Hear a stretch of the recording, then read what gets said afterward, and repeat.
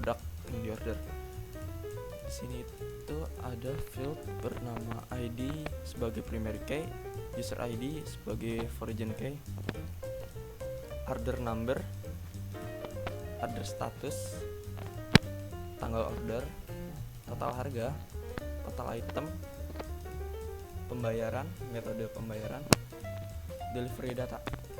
Di delivery data ini nanti ada beberapa data yang nanti diinput, seperti nama, email tuh enggak, nomor telepon, alamat, dan catatan pemesanan. Nanti itu saya nggak buat fieldnya tersendiri, melainkan jadi satu di delivery data ini. Oke, selanjutnya di order item. Di order item ada ID sebagai primary key, order ID, foreign key, product ID sebagai foreign key, quantity, order price. Tipe datanya bisa dilihat di sini. Selanjutnya di pegawai. Pegawai itu ada ID sebagai primary key, user ID, nama, phone number, dan address. Tipe datanya di sini. Produk di sini ada ID, kategori, SKU sebagai kode unik, nama, deskripsi, picture name, harga, diskon, stok, produk, unit. Sebenarnya ini nggak usah dicantumin juga, karena sebenarnya ada di web saya defaultnya itu per piece produk unitnya. Is available, ini untuk menentukan apakah stoknya ini ada atau enggak nantinya. Dan ada tanggal ditambahkan dan berat. Di kategori di sini ada ID sebagai primary key dan nama. Hanya ada 2 field saja. Dan role di sini itu untuk membedakan antara admin, customer, dan pegawai. Di web ini ada 3 role, yaitu admin, ID-nya itu 1, customer dengan ID 2, pegawai dengan ID 3. Nah, primary key-nya itu ID. Setting di sini itu untuk apa ya? Profil webnya, misalkan di sini nih, misalkan suatu saat web ini ganti email, jadi nggak usah ngotak-ngatik di codingannya, jadi cukup di pengaturan webnya aja nanti dirubah, sama kayak halnya merubah nama di WA gitu. Ini nanti kerubah untuk merubah nomor telepon, logo, alamat di bagian footer, email, seperti itu. Di sini itu ada field bernama ID sebagai primary key dan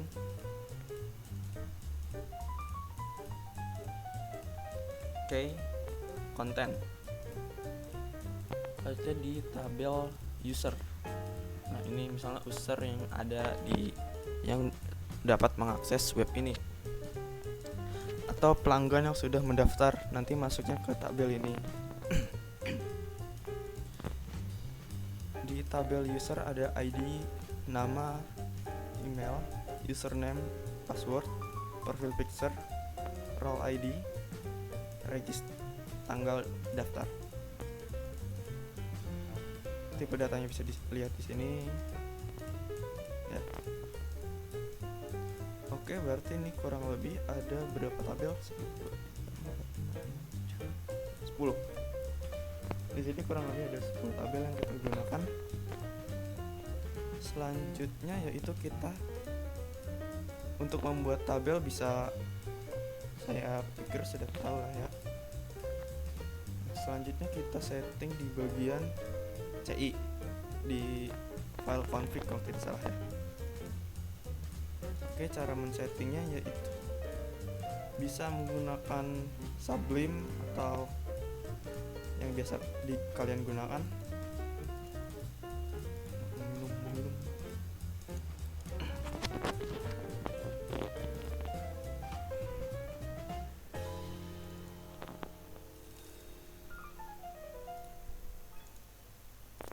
Oke, kita setting menghubungkan database yang tadi kita buat ke project yang akan kita buat. Kita open folder di sini, yaitu buka file exam yang tadi, lalu htdoc, lalu apotek, kita select foldernya. Selanjutnya di application config.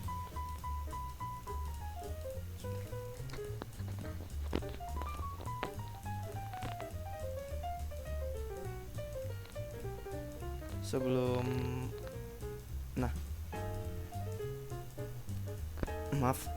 salah untuk setting menghubungkan database yang tadi kita buat ada di file application config lalu database.php. Nah, di sini kita masukkan nama username kalau digunakan, kalau ada maksud saya. Ini username-nya root. Passwordnya tidak saya pakai. Lalu nama database. Nama database ini disesuaikan dengan nama database yang dibuat tadi.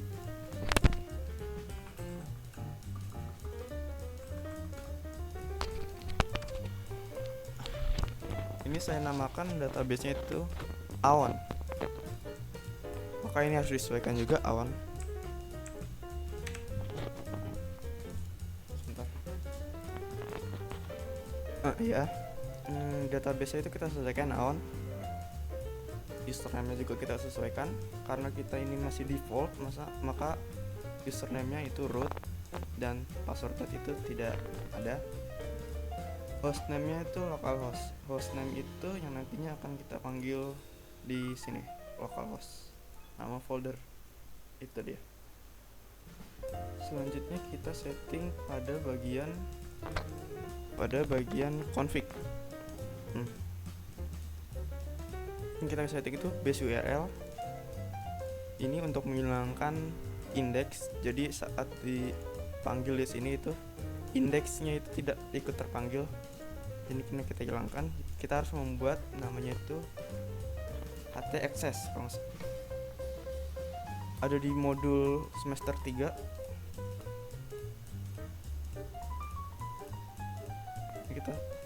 Ini kita rubah.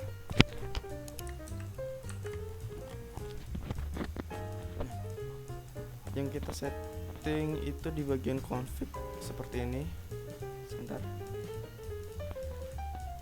Di bagian base URL. Ini ada di modul semester 4 yang sekarang. Ini kalau tidak salah yang untuk bisa diakses di device lain, di smartphone misalnya, atau lewat laptop lain yang satu jaringan internet. Base URL root di sini.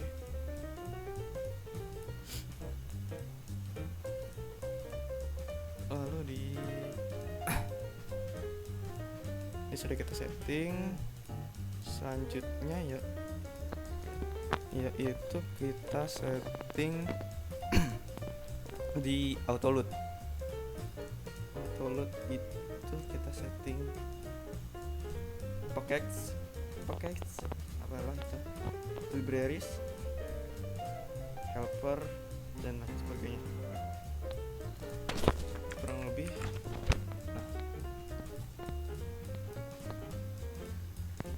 Libraries ini array-nya itu database, session, helper, URL, global, tema, session juga sudah kita setting. Dan lupa di save setelah ini juga